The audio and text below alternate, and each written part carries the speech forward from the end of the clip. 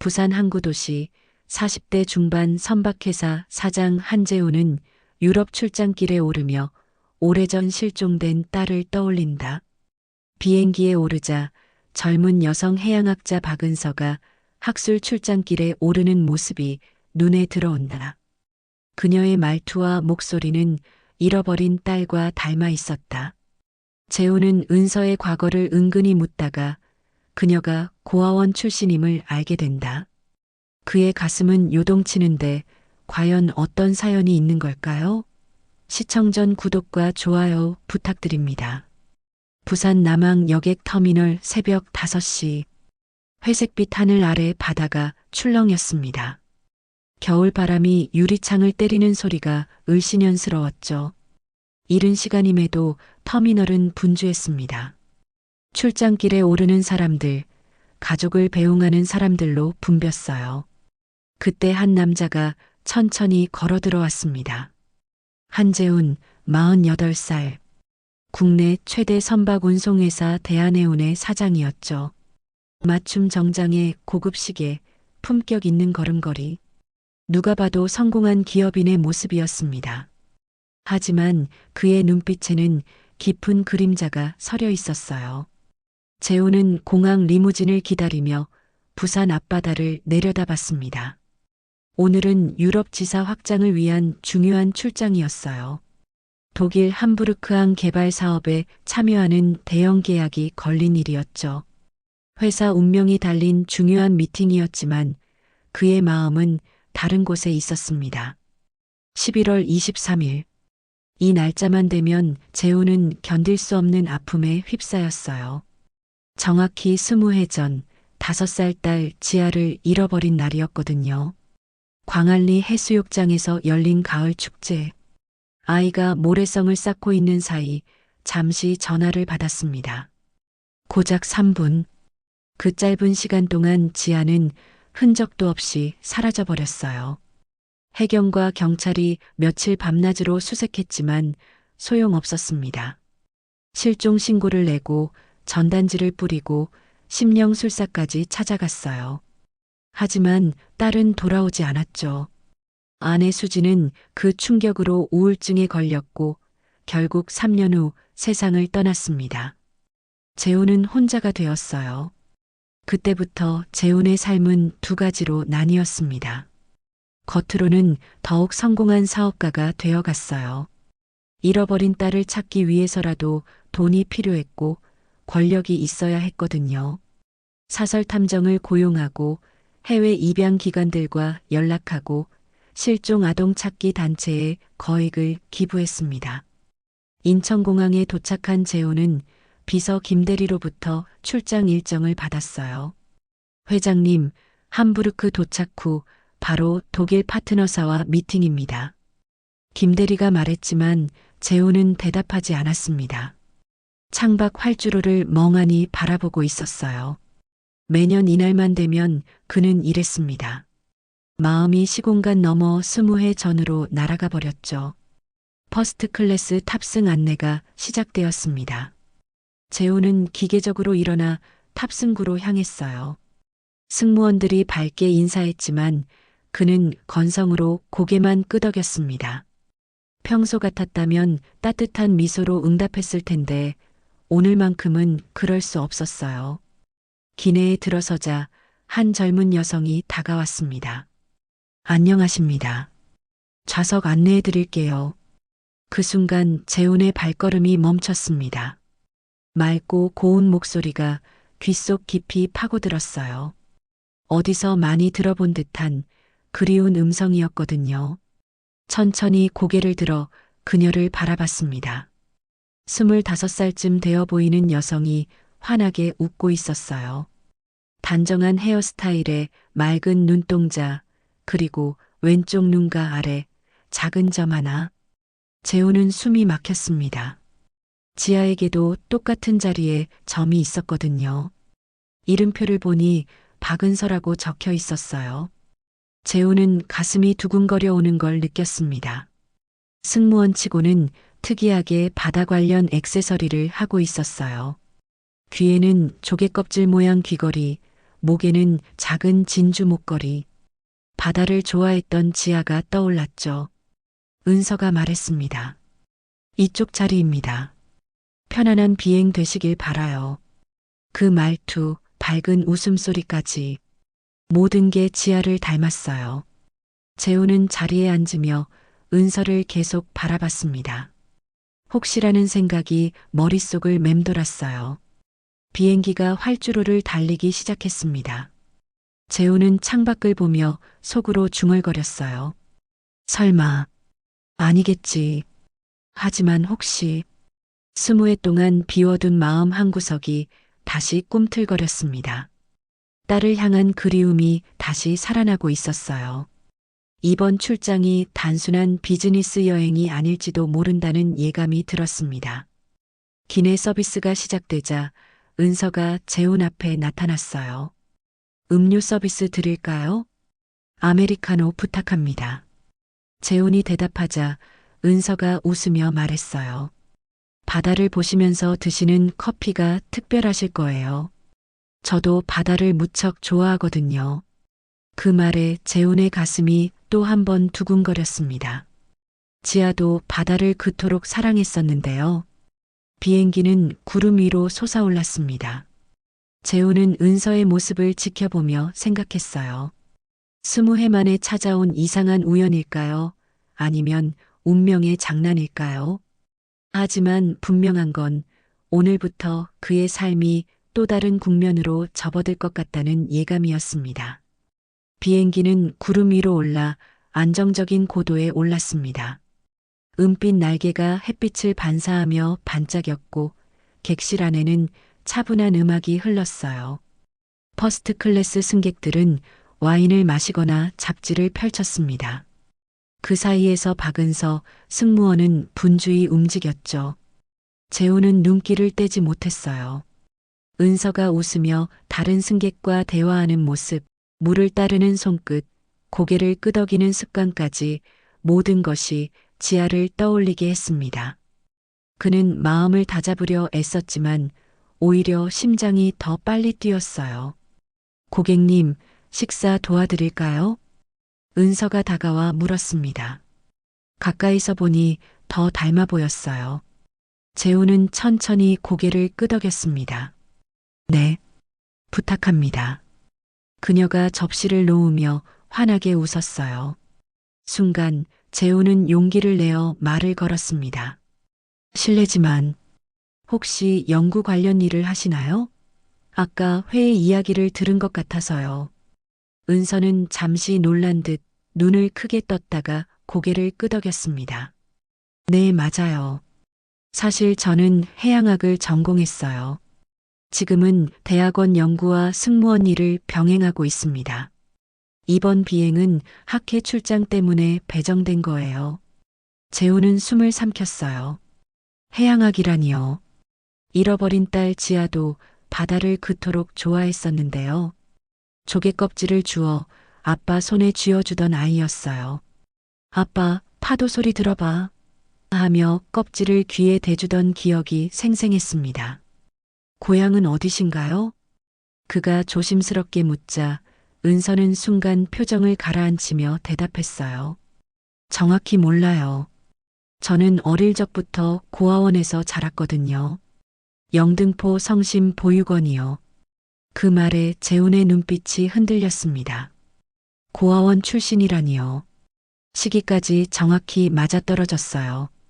5살 무렵부터 자랐다고 한다면 지아가 사라진 그때와 같은 나이였거든요. 은서는 아무렇지 않게 웃으며 물컵을 채워주고 떠났습니다. 하지만 재훈은 그 자리에 얼어붙은 듯 앉아 있었어요. 머릿속이 혼란스러웠습니다. 정말 지아일까? 아니면 단순한 우연일까? 그의 손끝은 떨리고 있었어요. 서류 가방 위에 떨어진 물방울이 작은 흔적을 남겼습니다. 1시간 후 재훈은 화장실로 향했어요. 복도에서 은서와 마주쳤습니다. 그녀는 승무원 휴게실에서 나오며 무언가 생각에 잠겨 있었죠. 아, 안녕하세요. 은서가 먼저 인사했어요. 재우는 이 기회를 놓칠 수 없다고 생각했습니다. 혹시 잠시 이야기할 수 있을까요? 사실 저도 해운업에 종사하고 있어서 해양학에 관심이 많아요. 정말요? 어떤 일을 하시는지 궁금해요. 두 사람은 기내 카페 공간으로 이동했습니다. 재우는 자신의 사업에 대해 간단히 설명했어요. 은서는 눈을 반짝이며 들었습니다. 와, 정말 대단하세요. 저는 주로 해양 생태계 변화를 연구해요. 특히 기후변화가 바다에 미치는 영향을 조사하고 있어요. 대화가 이어지면서 재우는 점점 더 확신했습니다. 은서의 말투, 호기심 많은 성격, 바다를 사랑하는 마음. 모든 게 지아와 닮았어요. 어린 시절 기억은 어떠세요? 재훈이 조심스럽게 물었습니다. 은서는 잠시 생각하더니 대답했어요. 사실 5살 이전 기억은 거의 없어요. 가끔 꿈에서 바다가 나오긴 하는데 누군가 저를 높이 들어 올려주고 파도 소리를 들려주는 꿈이요. 하지만 그분이 누구인지는 모르겠어요. 재훈의 가슴이 미어지는 듯 했습니다. 지아를 바다에 데려가 어깨에 태워주던 기억이 떠올랐거든요. 아이는 아빠 더 높이 하며 좋아했었죠. 혹시 이런 걸 기억하시나요? 재훈은 핸드폰을 꺼내 지아의 어린 시절 사진을 보여줬어요. 조개껍질 목걸이를 한 5살 아이의 모습이었습니다. 은서가 사진을 보는 순간 얼굴이 하얘졌어요. 이건 어디서 구하신 거예요? 제 딸이에요. 20해 전에 잃어버린. 은서는 손을 떨며 가방에서 뭔가를 꺼냈습니다. 작은 조개껍질 펜던트였어요. 사진 속 지아가 차고 있던 것과 똑같은 모양이었죠. 저는 이걸 보육원에 들어갔을 때부터 가지고 있었어요. 원장님이 제가 이것만 쥐고 있었다고 하셨거든요. 재우는 숨이 막혔습니다. 그 펜던트는 자신이 직접 만든 거였어요. 바다에서 주운 조개껍질에 작은 구멍을 뚫어 끈을 달아준 세상에 하나뿐인 목걸이였죠. 은서 씨, 재훈의 목소리가 떨렸어요. 혹시 병원에서 검사를 받아볼 생각이 있으신가요? 혈액 검사 같은. 은서는 펜던트를 꽉 쥐며 재훈을 바라봤습니다. 그녀의 눈에도 눈물이 맺혔어요. 정말 제가 아버님의 딸일까요? 모르겠어요. 하지만 이 모든 우연이 너무나 많은 것들이 일치해요. 기내 방송이 울렸습니다. 곧 착륙 준비에 들어간다는 안내였어요. 두 사람은 각자 자리로 돌아가야 했습니다. 은서 씨, 독일에서 며칠 머물 예정인가요? 일주일 정도요. 함부르크 대학교에서 열리는 학회에 참석해요. 저도 함부르크에 일이 있어요. 혹시 괜찮으시다면. 은서는 고개를 끄덕였습니다. 네, 꼭 만나요. 저도 정말 알고 싶어요. 제가 누구인지. 비행기가 독일 땅에 착륙했습니다. 재훈과 은서는 각자 다른 길로 공항을 빠져나갔지만 둘 다 같은 생각을 하고 있었어요. 20해 만에 찾아온 이 운명 같은 만남이 과연 무엇을 의미하는지 말이죠. 재훈은 택시에 타며 핸드폰을 꺼냈습니다. 한국의 사설탐정에게 전화를 걸어야 했어요. 영등포 성심보육원의 기록을 조사해달라고 말이에요. 비행기가 인천공항 활주로에 착륙했을 때 재훈은 이미 마음을 정하고 있었습니다. 확인해야 한다. 더 이상 주저할 수 없다. 은서가 승객들에게 인사를 하며 내리는 모습을 멀리서 지켜봤어요. 그녀의 뒷모습이 자꾸만 5살 때 사라진 딸 지아의 모습과 겹쳐졌습니다. 손을 뻗으면 닿을 것 같은데 차마 부르지 못하는 이름이 목구멍에서 막혀 나오지 않았어요. 호텔에 도착한 뒤에도 재훈은 쉽게 잠을 이루지 못했습니다. 베개를 붙잡은 채 눈을 감으면 은서의 미소가 계속 떠올랐어요. 그는 결국 오랜 동료이자 사설 조사원인 박형석에게 전화를 걸었습니다. 성심 보육원 출신, 이름은 박은서. 25살쯤 될 거야. 가능한 한 빨리 조사해줘. 형석은 잠시 침묵하다 대답했어요. 알겠습니다. 하지만 회장님, 너무 기대하지 마십시오. 지난번에도 헛발질이 많았으니까요. 재우는 눈을 감았습니다. 알아. 그래도 이번만큼은 뭔가 다르다. 지난 20회 동안 재우는 수없이 많은 희망과 절망을 겪었어요. 실종 아동을 찾았다는 연락을 받고 달려갔지만 매번 다른 아이였죠. 그럴 때마다 마음 한구석이 무너져 내렸습니다. 하지만 이번에는 정말 달랐어요. 한편 은서는 귀국하자마자 바로 집 근처 작은 원룸으로 돌아왔습니다.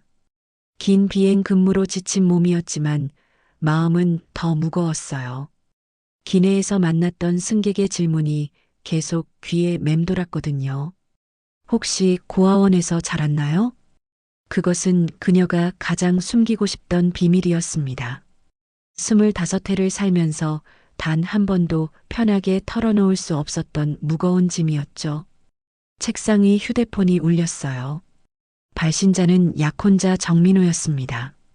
서울대 법대를 나와 대형 로펌에 근무하는 변호사였죠. 의사 집안 출신으로 은서와 결혼을 약속한 사람이었어요. 은서야, 오늘 비행은 어땠어? 많이 피곤하지?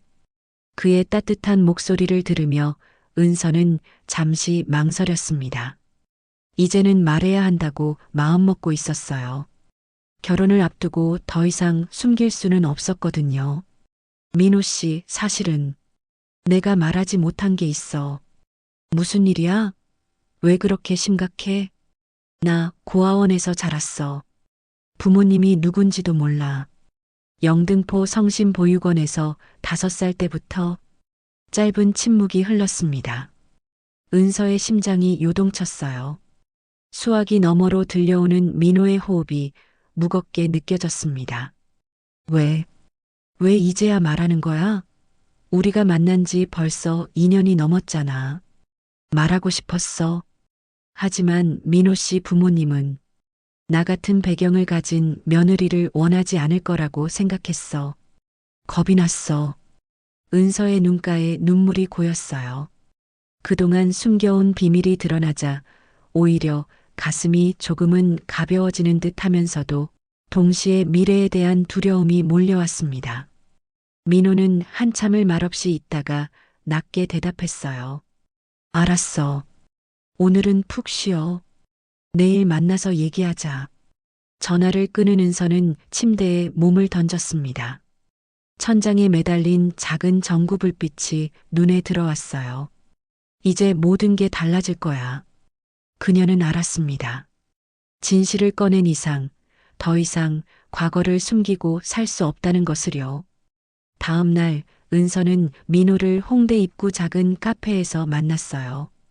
그는 커피잔을 만지작거리며 무거운 표정으로 앉아 있었습니다. 내 얘기 어제 듣고 많이 생각했어. 민호 씨, 난 널 사랑해. 그건 변함없어. 하지만 부모님은 다르실 거야. 특히 어머니는 보수적이셔. 내가 어디서 자랐는지 그걸 쉽게 받아들이지 못하실 거야. 은서는 고개를 떨궜습니다. 예상했던 말이었지만 막상 들으니 가슴이 미어졌어요. 그럼 우리 어떻게 해야 해? 조금만 기다려줘. 내가 부모님을 설득해 볼게. 시간이 걸리더라도. 그의 말은 다정했지만 어딘가 불안하게 들렸습니다. 은서는 커피잔을 꼭 쥐었어요. 손끝이 차갑게 식어갔습니다. 민호가 자리를 뜬 후 은서는 혼자 카페에 남았어요. 창밖으로 지나가는 사람들을 바라보며 생각했습니다. 25해 동안 자신이 누구인지 어디서 왔는지 알지 못한 채 살아왔어요. 보육원 원장님도 자신에 대해 아는 게 별로 없다고 했었죠. 5살쯤 되어서 왔는데 아무것도 기억하지 못했어. 그냥 조개껍질 목걸이 하나만 쥐고 있었지. 원장님의 말이 다시 떠올랐습니다. 은서는 무의식적으로 목에 걸린 펜던트를 만졌어요. 20해 동안 단 하루도 빼지 않고 차고 다닌 유일한 연결고리였거든요. 그날 밤 그녀는 또 한 번 꿈을 꿨습니다. 어린 시절 누군가 따뜻하게 손을 잡아주던 기억이에요. 얼굴은 흐릿했지만 따스한 손길만은 분명했습니다. 그 기억이 희미하게 되살아나며 눈물이 흘렀어요. 동시에 은서의 머릿속에는 기내에서 자신을 뚫어지게 바라보던 남자의 얼굴이 겹쳐졌습니다. 한재훈. 그는 왜 그렇게 자신을 주시했을까요? 왜 고아원 이야기를 꺼냈을까요? 단순한 호기심일까 아니면 은서는 스스로에게 물었어요. 혹시 그분과 나 사이에 어떤 인연이 있는 걸까? 한편 재우는 박형석으로부터 첫 번째 보고를 받았습니다. 회장님, 성심보육원 기록을 확인했습니다. 박은서라는 아이가 2004년 11월에 입소했다고 나와 있어요. 나이는 5살 정도로 추정된다고 하고요. 재훈의 심장이 뛰기 시작했어요. 지아가 사라진 것도 2004년 11월이었거든요. 더 자세한 기록은 없나? 당시 보육원장이 작성한 메모가 있습니다. 아이가 매우 혼란스러워했고 자신의 이름도 기억하지 못했다고 나와 있어요. 다만 조개껍질 목걸이를 꼭 쥐고 있어서 그것만은 빼앗지 않았다고 기록되어 있습니다. 재훈은 손을 떨었어요. 조개껍질 목걸이. 자신이 지아에게 만들어준 바로 그것이었습니다. 형석, 더 조사해줘. 당시 상황을 자세히 알아봐야 해. 알겠습니다. 그런데 회장님, 혹시 직접 만나보실 생각은 없으신지요? 재훈은 잠시 망설였습니다. 20해를 기다렸는데 이제 와서 조급해할 이유는 없었어요. 하지만 가슴속 그리움은 더 이상 참을 수 없을 만큼 커져 있었습니다. 좀 더 확실한 증거를 찾고 나서 생각해 보겠어. 하지만 그의 마음 깊은 곳에서는 이미 확신하고 있었어요. 은서가 바로 자신의 딸 지아라는 것을요.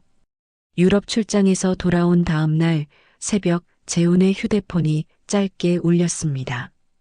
박형석이 보낸 문자였어요. 회장님, 기본 신원 파악했습니다. 박은서, 만 25살. 영등포 성심보육원 입소일 20해 전 11월 24일. 보호자 미상. 특이사항이 하나 있습니다. 재훈은 서둘러 사무실로 형석을 불렀습니다. 형석이 낡은 파일과 봉투 하나를 내밀었어요. 입소 당시 은서 씨가 들고 있던 물건입니다. 보육원에서 보관하다 최근에 돌려받았다고 하네요. 봉투 속에는 바닷가 특유의 염분 냄새가 배어 있었어요. 작은 조개껍질 펜던트 1개, 끊어진 끈 조각, 그리고 부산에서 영등포까지라고 희미하게 찍힌 오래된 버스표 반쪽이 들어 있었습니다. 재훈의 손이 순간 굳었어요. 조개껍질 펜던트를 집어들자 미세한 V자 형태의 흠집이 눈에 들어왔습니다. 20해 전 광안리 노점에서 산 펜던트 세트 중 하나였어요. 그는 그때 장난감처럼 빛나는 눈으로 고르는 딸에게 말했었죠. 지아야, 이거 하나는 아빠가, 하나는 내가. 떨어지지 말자는 약속 펜던트야. 지아가 뛰다 넘어져 표면에 작게 난 흠집이었습니다. 그 각도, 깊이, 위치까지 기이할 만큼 같았어요. 재훈은 의자를 밀고 일어났습니다. 형석 씨, 은서 씨와 정식으로 만나고 싶네. 조심스럽게, 놀라게 하지 말고. 형석은 신중히 고개를 끄덕였어요. 보육원 원장님이 중간에 계시면 좋겠습니다. 아이 사생활 보호를 늘 중요하게 생각하셨다고 하더라고요. 좋아. 원장님과 식사 자리를 만들어줘. 이틀 뒤 영등포의 작은 한정식 집이었어요. 70대의 김숙자 원장이 먼저 와 있었습니다. 곧 은서가 들어섰어요. 단정히 묶은 머리, 검은 카디건, 그리고 긴장으로 굳은 어깨가 보였습니다. 안녕하세요, 회장님. 원장님께 연락받고 왔습니다. 재우는 서툴게 미소 지으며 물컵을 밀어줬어요. 대화는 당연한 일상에서 시작됐습니다. 비행 일정, 학회, 대학원, 보육원 아이들, 그리고 바다 이야기까지요. 은서가 말할 때마다 그의 머릿속엔 20회 전 작은 발자국들이 모래 위로 찍히는 장면이 겹쳤습니다. 김 원장이 따뜻하게 말했어요. 은서는 정말 착한 아이였어요. 처음 왔을 때는 말도 잘 안 하고 밤마다 울기만 했는데 시간이 지나니까 다른 아이들 돌보기를 좋아했어요. 그땐 기억이 전혀 없었나요? 재훈이 조심스럽게 물어보자 은서가 고개를 저었습니다. 네, 아무것도 기억나지 않았어요. 그냥 무서웠던 것 같아요. 낯선 곳, 낯선 사람들. 식사가 끝날 무렵 재훈이 조심스레 봉투를 꺼냈어요. 은서 씨, 이건 당신이 보육원에 들어올 때 갖고 있었다는 겁니다. 혹시 기억나는 게 있을까요? 은서는 봉투를 열고 조개 펜던트를 보는 순간 숨이 막힌 듯 손을 입가로 가져갔습니다. 이거, 저, 어릴 때 꿈에서 자주 봤어요. 제가 무언가를 꼭 쥐고 있었는데 그걸 잃어버릴까봐 계속 울던 장면이요. 근데 진짜로 가지고 있었군요. 손끝이 떨렸어요. 끊어진 끈 조각을 만지던 은서가 작게 중얼거렸습니다. 바닷소리가 들린다고 믿었어요. 어릴 때. 이 조개에서 원장 김숙자가 재훈을 훔쳐봤습니다. 그는 마음이 쿵하고 내려앉는 걸 느꼈어요. 그러나 이럴수록 서두르면 안 된다는 걸 알고 있었습니다. 은서 씨, 제가 무례했다면 미리 사과드려요. 사실 저는 20해 전 광안리에서 딸을 잃었습니다. 이름은 지아예요. 입소 날짜, 나이, 그리고 이 펜던트까지 모든 게 겹쳐 보여서 당신이 혹시 우리 지아일지도 모른다고 생각했어요. 은서의 눈이 커졌습니다. 놀람, 혼란, 경계가 번갈아 스쳤어요. 한참을 말없이 조개를 쥐고 있던 그녀가 어렵게 입을 열었습니다. 어디서부터 믿어야 할지 모르겠어요. 하지만 제 삶을 바꿀지도 모르는 이야기인 것 같아요. 재훈은 고개를 끄덕였습니다.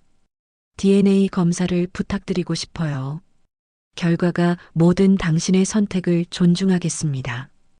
은서는 눈을 감았다 뜨며 조용히 말했어요. 시간을 조금 주시겠어요? 저에겐 약혼자가 있거든요. 저를 있는 그대로 받아들일 수 있을지 먼저 확인하고 싶어요. 김 원장이 은서의 손을 잡았습니다.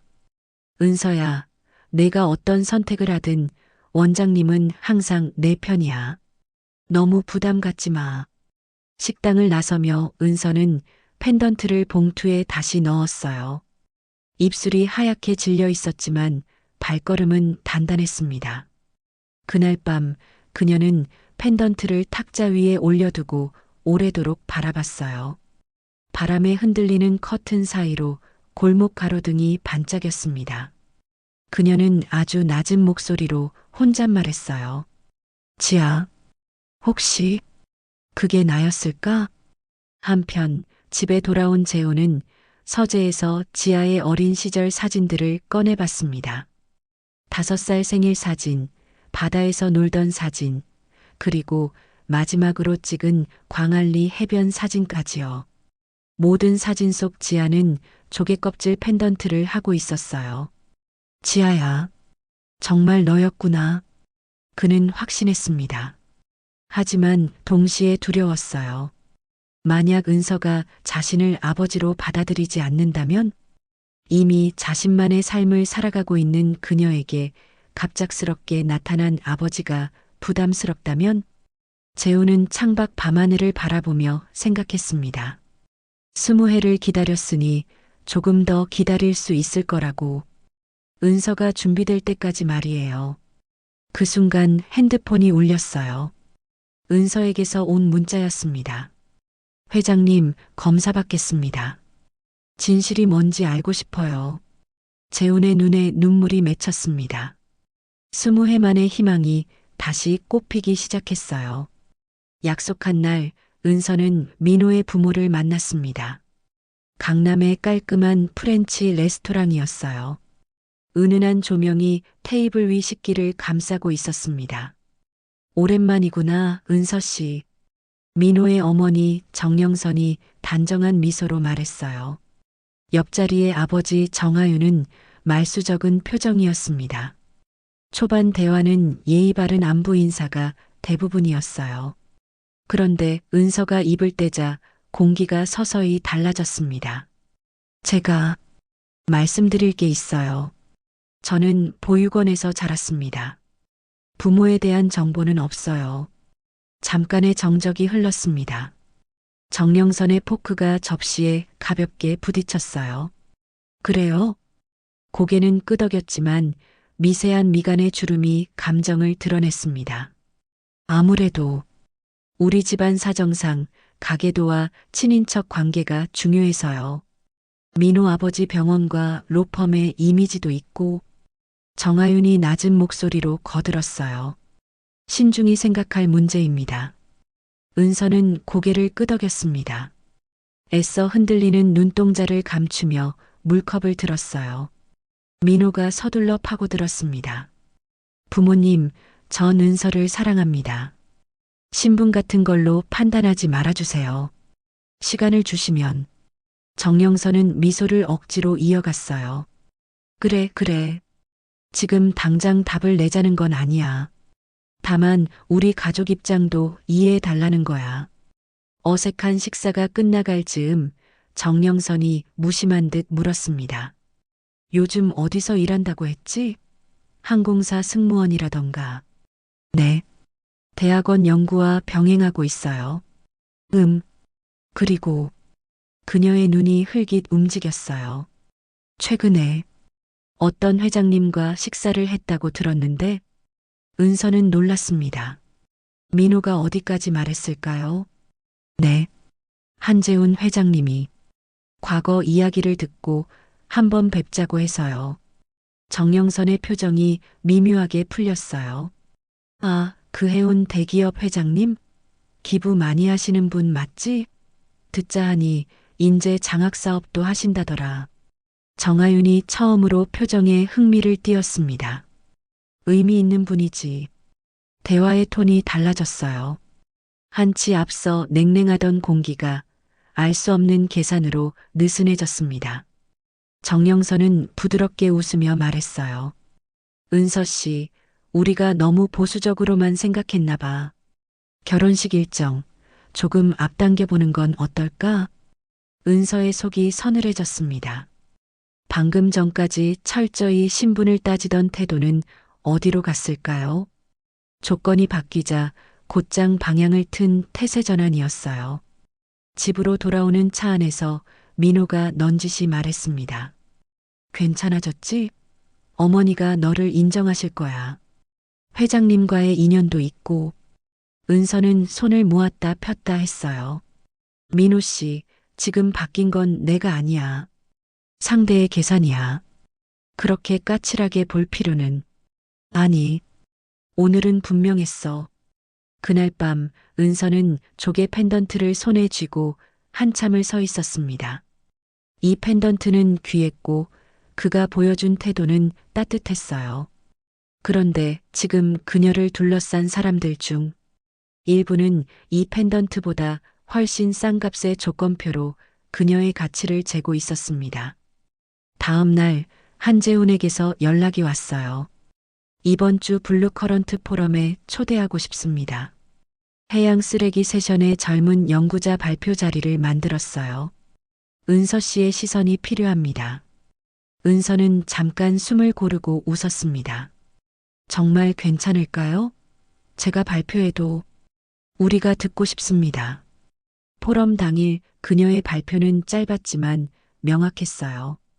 동남아 해류의 순환, 부표 데이터, 플라스틱의 이동 경로까지요.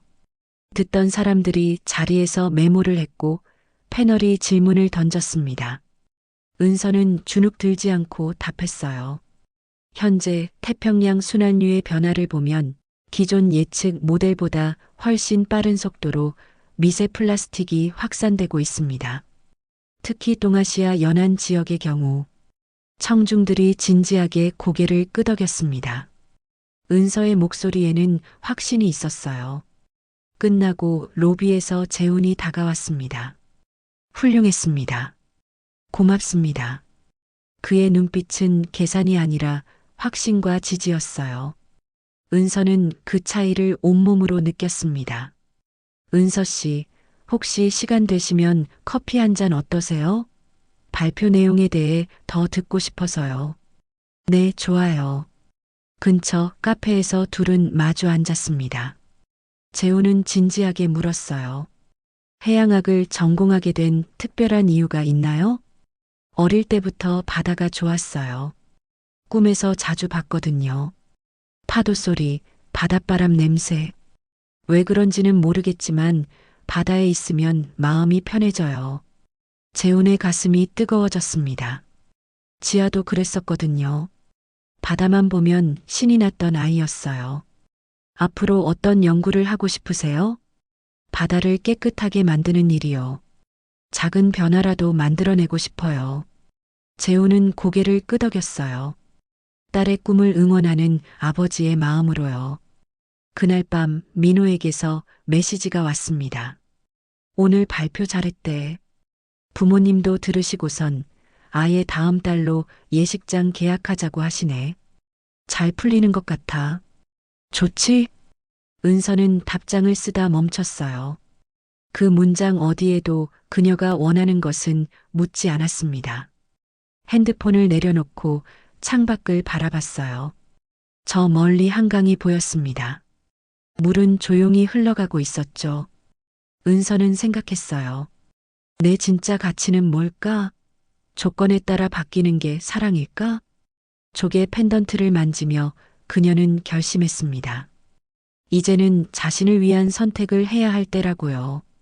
남들의 계산이 아닌 자신의 마음이 시키는 대로 말이에요. 며칠 후 재훈에게서 또 연락이 왔어요. 은서 씨, DNA 검사 결과가 나왔습니다. 시간 되시면 만나 뵙고 싶어요. 은서의 심장이 두근거렸습니다. 드디어 진실을 알 시간이 온 거죠. 그녀는 떨리는 손으로 답했어요. 네, 만나요. 저도 정말 알고 싶어요. 며칠 뒤 병원 상담실이었습니다. DNA 검사를 위해 체열을 마친 은서와 재훈은 결과 확인일에 다시 만났어요. 방 안 공기는 얇은 유리처럼 팽팽했습니다. 의사가 파일을 펼치며 조심스레 말했어요. 두 분은 혈연 관계가 아닙니다. 짧은 문장 하나가 방 안의 온도를 바꾸었습니다. 재훈의 어깨가 아주 미세하게 내려앉았어요. 그는 곧 눈빛을 가다듬고 자리에서 일어나 의사에게 절제된 인사를 했습니다. 확인 감사합니다. 은서는 자리에서 움직이지 못한 채 손을 모았다 폈다 했어요. 감정이 이름을 찾지 못한 채 가슴에 얽혔습니다. 안도, 상실, 허탈, 그리고 미묘한 슬픔까지요. 재훈이 조용히 말했어요. 결과가 어떻든 당신의 선택을 존중한다고 약속했습니다. 그 약속은 여전히 유효해요. 병원을 나와 주차장으로 걸어갈 때 은서는 낮게 물었습니다. 회장님은 실망하셨죠? 실망? 글쎄요. 방향을 바꾸었을 뿐입니다. 찾는 일은 계속하겠죠. 그리고 은서 씨가 원하면 저는 여전히 당신의 편에 서 있을 거예요. 짧은 미소였어요. 그 미소는 그녀가 오래 기다려온 말의 형식이었습니다. 그날 저녁 민호와 그의 부모를 다시 만났어요. 정영선은 표정 관리를 하면서도 눈빛 어딘가가 바빴습니다. DNA 결과 알겠습니다. 그래도 회장님이 은서 씨를 아끼신다면서요? 포럼 발표도 시켜주셨고, 우리 예식은 진행하는 걸로 해요. 순간 은서는 허공에 금이 가는 소리를 들었어요. 어머니, 방금 그 말, 무슨 뜻인지 아세요? 무슨 뜻이긴. 은서 씨 능력도 괜찮고, 인맥도 든든하잖아. 결혼은 둘만의 일이 아니니까. 민호가 중간에서 수습하려 애썼습니다. 다들 진정하세요. 은서야, 엄마 표현이 서툴러서 그래. 의도는, 그래. 은서의 목소리는 차분했지만 단단했어요. 의도는 괜찮고 표현만 문제인 걸까? 정영선의 이마에 주름이 잡혔습니다. 감정적으로 나오지 말아줬으면 해. 결혼은 현실이야. 맞아요. 그래서 더더욱 현실을 보려고요. 제 가치는 오늘도 내일도 조건표 위에서 오르내릴 겁니다. 제가 어떤 사람인지와 상관없이요. 식사 내내 은서는 거의 말하지 않았어요. 대신 눈으로 하나하나를 기록했습니다.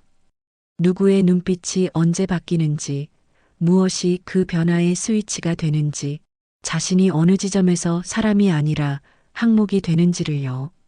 정하윤이 말했어요. 은서 씨도 현실적으로 생각해 보세요. 좋은 기회잖아요. 기회라고 하셨나요? 은서가 고개를 들었습니다. 네. 저희 집안과 연결되고 회장님과의 인연도 있고 나쁘지 않은 조건이죠. 그 순간 은서는 깨달았어요. 자신이 지금까지 사람들에게 무엇이었는지를요. 밤 집으로 돌아오자마자 그녀는 조개 펜던트를 목에 걸었어요. 그리고 거울을 보며 천천히 말했습니다. 나는 누구의 조건이 아니다. 그때 휴대폰이 울렸어요. 발신인은 한재훈이었습니다. 혹시 오늘 시간 되면 보육원 아이들 바다 체험 수업을 도울 수 있을까요? 인원 보강이 필요해서요. 은서는 즉시 답했어요. 네, 가겠습니다. 다음 날 겨울 바다를 배경으로 아이들이 조개를 줍고 해류지도 위에 스티커를 붙였습니다. 은서는 아이들의 눈높이에 맞춰 바닷말을 설명하고 미세 플라스틱을 보여주며 물의 색이 달라지는 실험을 했어요. 아이들은 그녀의 말에 고개를 끄덕였습니다. 선생님, 바다가 왜 아파요? 한 아이가 물었어요.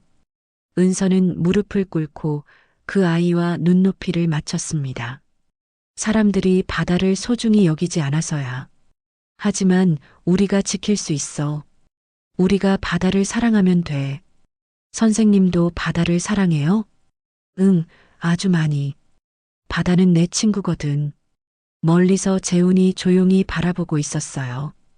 계산에 그림자가 없는 응시였습니다. 은서는 그 응시가 낯설고도 따뜻했어요. 체험 수업이 끝나고 아이들을 버스에 태운 후 재훈이 다가왔습니다. 고생 많으셨어요. 아이들이 은서 씨를 정말 좋아하네요. 저도 즐거웠어요. 아이들은 순수해서 조건 없이 마음을 열어주거든요. 재훈은 그 말의 의미를 알아챘어요. 은서 씨, 혹시 힘든 일이 있으셨나요? 은서는 바다를 바라보며 말했습니다. 사람들이 저를 볼 때 저 자체를 보는 게 아니라 제 주변의 조건들을 보더라고요. 고아원 출신이라는 것, 회장님과의 인연이라는 것. 정작 제가 누구인지는 관심이 없어요. 그런 사람들만 있는 건 아니에요. 재훈이 조심스럽게 말했어요. 저는 은서 씨가 어떤 배경을 가졌든 누구와 연결되어 있든 상관없이 그냥 은서 씨 자체로 소중하다고 생각해요. 은서의 눈가에 눈물이 맺혔습니다. 25해 만에 처음 들어보는 말이었거든요. 고마워요, 회장님. 정말로요. 그날 밤 은서는 민호에게 전화를 걸었어요. 민호 씨, 우리 이야기예요. 무슨 일이야? 목소리가 결혼 못할 것 같아요. 미안해요. 갑자기 왜? 부모님도 찬성하시는데. 그게 문제예요. 왜 찬성하시는지, 언제 반대하셨는지, 그 이유를 생각해 보니 견딜 수가 없어요. 긴 침묵이 흘렀습니다. 은서야, 너무 예민하게 생각하는 거 아니야? 예민한 게 아니라 정확하게 보는 거예요. 저는 조건부 사랑을 받고 싶지 않아요. 전화를 끊고 은서는 조개 펜던트를 꼭 쥐었어요. 이제야 알 것 같았습니다. 진짜 가족이란 혈연이 아니라 마음으로 만나는 것이라는 걸요. 비가 얕게 내려 도로 위에 고운 물막을 깔던 오후, 은서는 민호를 처음 만났던 카페로 불렀습니다. 창가 자리, 목재 의자, 에스프레소 머신의 증기 소리까지 그대로였어요. 무슨 얘기인데 그래? 민호가 앉자마자 물었습니다. 은서는 숨을 길게 내쉬고 고개를 들었어요. 민호 씨, 우리 여기까지 하자. 민호는 당황한 얼굴로 고개를 저었습니다. 잠깐만. 왜 이렇게 빨리 결론을 내? 내가 부모님 설득할 시간. 민호 씨. 은서가 그의 말을 부드럽지만 단호하게 눌렀어요. 2년 동안 당신은 늘 중간에 있었어. 나와 부모님 사이에서요. 내 손을 잡는 듯 하다가도 그 손을 놓치지 않으려 다른 손을 더 세게 잡았지. 그건 당신의 방식일 수 있어. 하지만 내가 원하는 사랑은 아니야. 민호의 입술이 말라갔어요. 그래도 우리는 같은 바다를 보지 않아. 나는 내가 나로 존중받는 관계를 원해. 그녀는 작은 상자 하나를 꺼냈습니다. 얇은 은 반지였어요. 이건 돌려줄게. 말없이 상자를 받던 민호가 마침내 고개를 숙였어요. 미안해. 나도.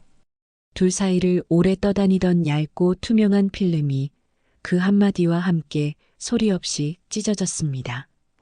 카페를 나와 바로 향한 곳은 보육원이었어요.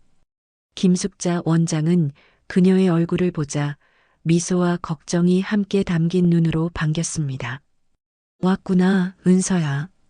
선생님 예전에 제가 들어올 때 누가 데려다 줬는지 기억나세요? 원장은 잠시 생각에 잠기더니 서랍에서 오래된 공책을 꺼냈어요. 당시 바다 냄새가 심하게 나던 노인이 널 데려왔다는 메모가 있구나. 이름은 못 남겼고 외투가 온통 젖어 있었다고. 내 손에는 이 끊어진 끈이 쥐어져 있었고. 은서는 숨을 삼켰습니다.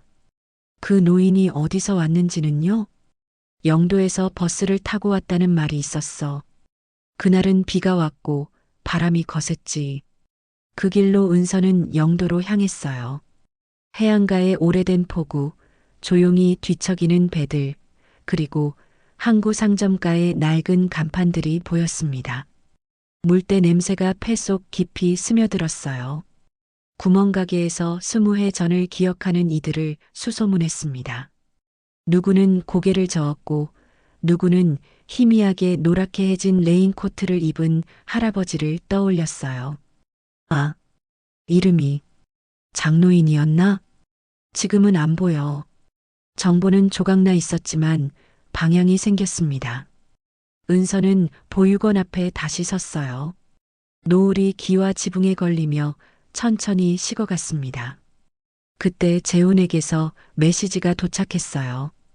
오늘 무척 힘든 날이었겠네요.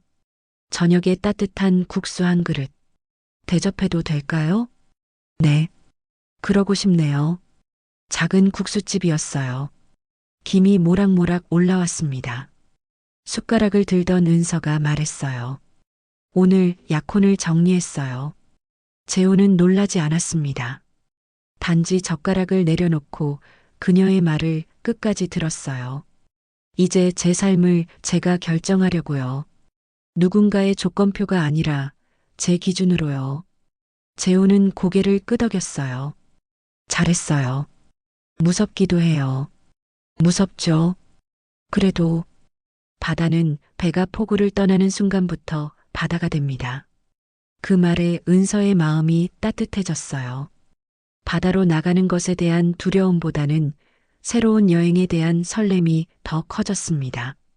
식사가 끝나갈 무렵 재훈이 봉투 하나를 내밀었어요. 이건 바다 씨앗 장학금 제안서예요.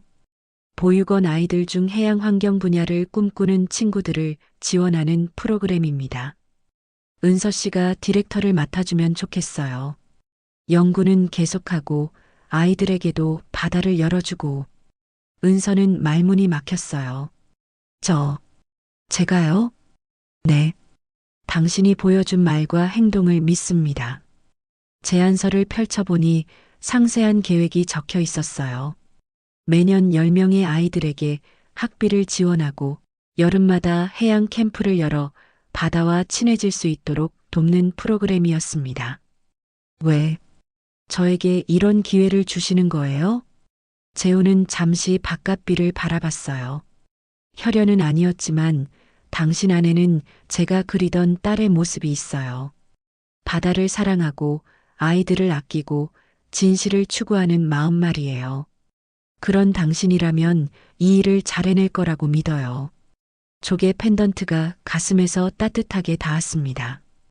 그녀는 천천히 고개를 끄덕였어요. 해볼게요. 고마워요. 재훈의 눈가에 미소가 번졌습니다. 은서 씨, 혈연이 아니라고 해서 인연이 끝나는 건 아니에요. 오히려 선택으로 맺어진 관계가 더 소중할 수도 있죠. 은서는 고개를 끄덕였어요. 그동안 찾아 헤맸던 진짜 가족의 의미가 무엇인지 조금씩 알 것 같았습니다. 그날 밤 집으로 돌아온 은서는 조개 펜던트를 바라보며 생각했어요. 20해 전 어떤 할아버지가 자신을 보육원에 데려다 준 그 이유가 무엇이었을까요? 그리고 그 진실을 찾을 수 있을까요? 하지만 지금은 과거보다 미래가 더 중요했어요. 자신이 선택한 길을 걸어가는 것, 그것이 진정한 자유였으니까요. 창밖으로 비가 그치고 있었습니다. 내일은 맑은 하늘을 볼 수 있을 것 같았어요. 은서는 장학금 제안서를 다시 펼쳐보며 미소 지었습니다. 새로운 시작이 기다리고 있었거든요. 봄이 왔습니다. 보육원 마당에 작은 텃밭이 생겼고 아이들은 주말마다 해안 정화 수업을 나갔어요. 은서는 바다 씨앗 장학금 첫 번째 기수 공고문을 만들었습니다. 바다를 사랑하는 너에게 우리가 내 첫 항해가 되어줄게. 포스터 아래로 작은 손들이 모였어요. 선생님, 조개는 왜 귀에 대면 소리가 나요? 한 아이가 물었습니다. 바다에 숨이 담겨 있어서 그래. 은서가 웃으며 대답했어요. 재우는 행정과 재정을 밀어줬습니다. 보고를 받을 때마다 그는 묻곤 했어요. 아이들이 즐거워하나요? 네. 그리고 자신의 이름을 자신 있게 말하기 시작했어요. 그게 제일 중요하죠. 은서는 그 말을 집에 돌아와서도 오래 곱씹었습니다. 자신의 이름을 자신 있게 말하는 일이요. 그녀에게도 오래 걸린 일이었어요. 이제야 할 수 있게 된 일이었죠. 한편 형석의 조사는 여전히 진행 중이었습니다. 노랗게 해진 레인코트를 입은 장 노인의 흔적을 찾아 영도의 오래된 사진관과 선창가를 뒤졌고 오래된 버스 노선 기록을 확인했어요. 아직 확실한 결론은 없었습니다. 재우는 초조했지만 예전과는 달리 덜 흔들렸어요. 이유는 단순했습니다. 그가 매일 지켜볼 수 있는 누군가가 생겼기 때문이었죠. 피로 맺히지 않았지만 마음으로 선택한 가족이었어요. 어느 날 저녁 은서는 재훈을 초대해 아이들과 함께 바닷가에 갔습니다. 아이들이 해초를 건져 올리고 파도와 모래를 연구 노트에 기록했어요. 해가 기울 무렵 한 아이가 물었습니다. 회장님은 왜 바다를 좋아해요? 재훈은 잠시 하늘을 봤어요. 바다는 돌아오게 해주거든. 은서가 그의 옆에서 조용히 고개를 끄덕였습니다. 바다가 멀리서 밀려와 모래를 적시는 소리가 들렸어요. 돌아가야 할 것을 다시 데려오는 듯이요. 그날 밤 둘은 보육원 앞 벤치에 앉아 늦은 커피를 마셨습니다. 어린아이들의 웃음소리가 멀어지고 공기엔 흙과 잎 냄새가 섞여 있었어요. 가끔 생각해요. 은서가 말했습니다. 제가 지하였으면 어땠을까? 재훈이 부드럽게 답했어요. 은서 씨는 은서 씨예요. 그 자체로 충분합니다. 그리고 제게는 은서라는 딸이 한 명 생긴 셈이죠. 은서는 눈을 깜빡였어요. 피로 맺히지 않았지만 제가 먼저 선택한 가족. 회장님이요. 둘은 소리 없이 웃었습니다. 조개 펜던트가 살짝 부딪혀 잔잔한 소리를 냈어요. 며칠 후 바다 씨앗 장학금 첫 번째 기수 선발 결과가 나왔습니다. 5명의 아이가 이름을 불렸고 아이들은 차례로 앞에 나와 각자 바다에 하고 싶은 일을 말했어요. 거북이 살릴래요. 깨끗한 모래 만들어줄래요. 파도 소리 연구할래요.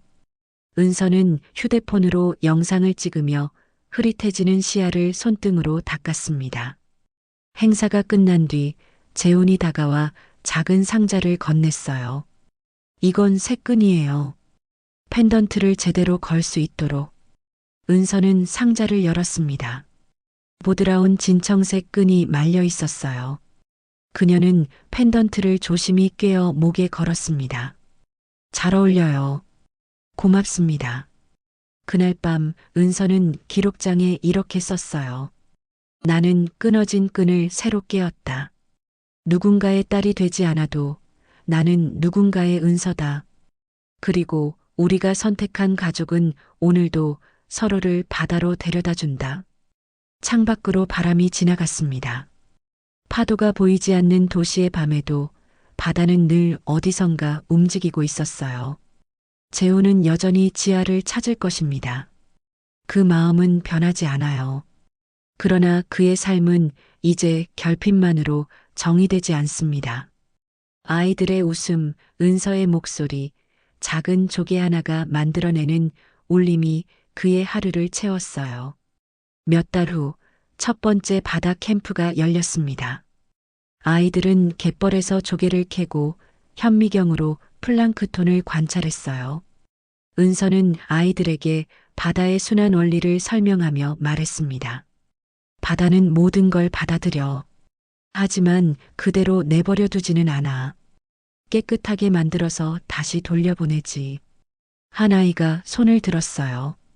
선생님처럼요? 은서는 고개를 끄덕였습니다.